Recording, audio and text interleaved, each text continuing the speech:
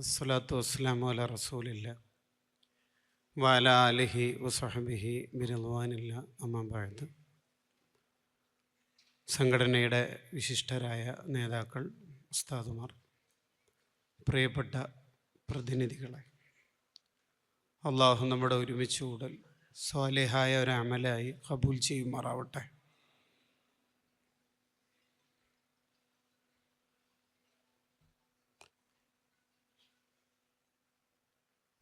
സഹാബാക്കളിൽ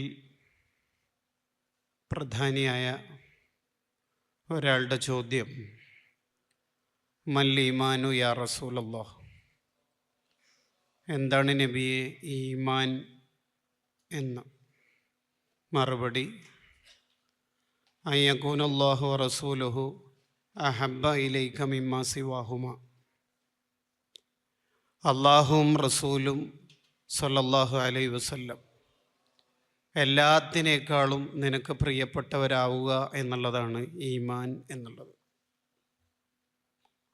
അപ്പോൾ ഒരാളുടെ ഈമാനാവുന്നത് മഹബത്ത് പൂർണ്ണമാവുമ്പോഴാണ്. മഹബത്ത് എന്നുള്ളത് വാക്കുകളിൽ ഒതുങ്ങുന്ന ഒരു പ്രക്രിയ അല്ല. അത് വിശുദ്ധ ഖുർആൻ വളരെ വ്യക്തമായി നമ്മെ ബോധ്യപ്പെടുത്തുന്ന കുറേ സ്ഥലങ്ങൾ നമുക്ക് കാണാവുന്നതാണ്. ആ മഹബത്ത് പൂർണ്ണമാക്കാനാണ് നമ്മൾ ഓരോരുത്തരും ശ്രമിക്കേണ്ടത്. നമുക്കിഷ്ടമുള്ള താല്പര്യമുള്ള കുറേ കാര്യങ്ങൾ ചെയ്യുമ്പോൾ മഹബത്താകും എന്ന് വിചാരിക്കുന്ന കാലത്ത് എന്താണ് മഹബത്ത് എന്ന് നമ്മൾ പഠിക്കണം. മഹദിയായ ആയിഷ റളിയല്ലാഹു അൻഹ തനിക്കിഷ്ടപ്പെട്ട, വഫാത്തായാൽ കിടക്കണം എന്ന് ആഗ്രഹിച്ച റൗളയുടെ തൊട്ടിപ്പുറത്തുള്ള സ്ഥലം ആഗ്രഹിച്ചത് മഹബത്ത് കൊണ്ടാണ്. ഉമർ തങ്ങൾക്ക് വിട്ടുകൊടുത്തതും മഹബത്ത് കൊണ്ടാണ്. മഹാനായ ബിലാൽ ഇബ്നു റബാഹ് റളിയല്ലാഹു അൻഹു മദീനയിൽ നിൽക്കാതെ നാട് വിട്ടത് മഹബത്താണ്. കാരണം ഞാൻ മദീനയിൽ നിന്ന് പോകില്ല, എനിക്ക് ഇവിടം വിട്ട് പോകാനാവില്ല എന്ന് ഉസ്മാൻ ബിൻ അഫ്ഫാൻ റളിയല്ലാഹു അൻഹു പറയണത് മഹബത്ത് കൊണ്ട് തന്നെയാണ്. അപ്പം ഇതൊരു നട്രാജിൻ്റെ സ്കെയിലും കൊണ്ട് അളക്കേണ്ട ഒരു സംഗതി അല്ല എന്ന് നമുക്ക് മനസ്സിലായി. അങ്ങനെ അളന്ന് തിട്ടപ്പെടുത്തേണ്ട ഒരു നിയമത്തിൻ്റെ ഉള്ളിൽ നിർത്തേണ്ടതല്ല മഹബത്ത് എന്നുള്ളത്. മറിച്ച് എന്താണ് എന്ന് നമ്മൾ പഠിക്കണം. മഹാന്മാരായ സ്വഹാബത്ത് റളിയല്ലാഹു അൻഹും അവർ മുഴുവനും ശ്രമിച്ചത് ആ മഹബത്ത് പൂർണ്ണമാക്കാനാണ്.